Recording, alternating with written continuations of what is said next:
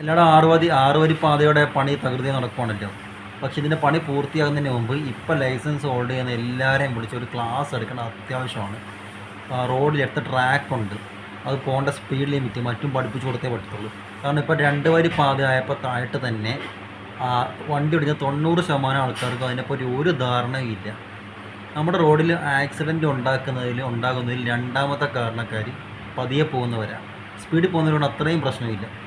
ഒന്നാമത്തെ കാരണക്കാരെന്ന് പറഞ്ഞാൽ മുൻപിൽ നോക്കാതെ റൈറ്റും ലെഫ്റ്റും നോക്കാതെ അങ്ങോട്ടും ഇങ്ങോട്ടും വണ്ടി വെട്ടിച്ച് പെട്ടെന്ന് തിരിക്കുന്നവർ, ഇട റോഡിൽ നിന്ന് വേഗത്തിൽ ഒന്നും നോക്കാതെ കയറി വരുന്നവരാണ് ഒന്നാമത്തെ കാരണക്കാർ. രണ്ടാമത്തെ കാരണക്കാരാണ് ഈ പറഞ്ഞ പോലെ പതിയെ വണ്ടി ഓടിക്കുന്നവർ. റോഡ് ഏറ്റവും കൂടുതൽ ബ്ലോക്ക് ഉണ്ടാകാൻ കാരണവും അപകടം ഉണ്ടാകാൻ കാരണവും ഈ പതിയെ വണ്ടി ഓടിക്കുന്നവരാണ്. പ്രത്യേകിച്ചും കൂടുതലും പ്രായമായവരും സ്ത്രീകളുമാണ്. അവർ ഒരു വിചാരം പതിയെ ഓടിച്ചാൽ എല്ലാം സെറ്റായെന്നാണ്. എന്നാൽ ഏറ്റവും കൂടുതൽ അപകടം ഉണ്ടാകുന്നതും ബാക്കിലുള്ളതിന് ചിലപ്പോൾ ഫ്രസ്ട്രേഷൻ മൂത്ത് വണ്ടി കയറാൻ ഒരു മാർഗില വരുമ്പോഴായിരിക്കില്ല, അപ്പോൾ ഓട്ടോയ്ക്ക് പെട്ടെന്ന് കയറ്റുമ്പോഴായിരിക്കും അപകടം ഉണ്ടാകുന്നത്. അവർ പതിയെ ഓടിച്ചോളൂ. പതിയെ ഓടിക്കാൻ ലെഫ്റ്റ് മോസ്റ്റ് സൈഡിൽ ഒരു ട്രാക്ക് ഉണ്ട്, അതിനെക്കൊണ്ടാണ് പതിയെ പോകേണ്ട ആൾക്കാർ ഓടിക്കേണ്ടത്.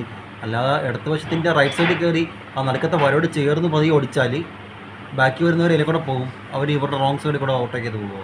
ആ ഒരു കോമൺ സെൻസ് പോലും ഇല്ല വണ്ടി ഓടിക്കുന്നവർക്ക്. ഈ ഓടിക്കുന്ന ആൾക്കാർക്ക് ഒരു ബോധം ഇല്ലാത്തവരാണ് വണ്ടിയും കൊണ്ട് നിരത്തിൽ ഇപ്പോൾ ഇറങ്ങുന്നത്. ഇവർക്കൊക്കെ ക്ലാസ് കൊടുക്കാതെ 6 വരി പാത ഉണ്ടാക്കിയാൽ 6 വരിക്കുള്ളിലൂടെ ഓരോ വണ്ടി വെച്ചായിരിക്കും പോകാൻ പോകുന്നത്. ഒന്നും കൂടി ബുദ്ധിമുട്ട് ഉണ്ടാകത്തേ ഉള്ളൂ.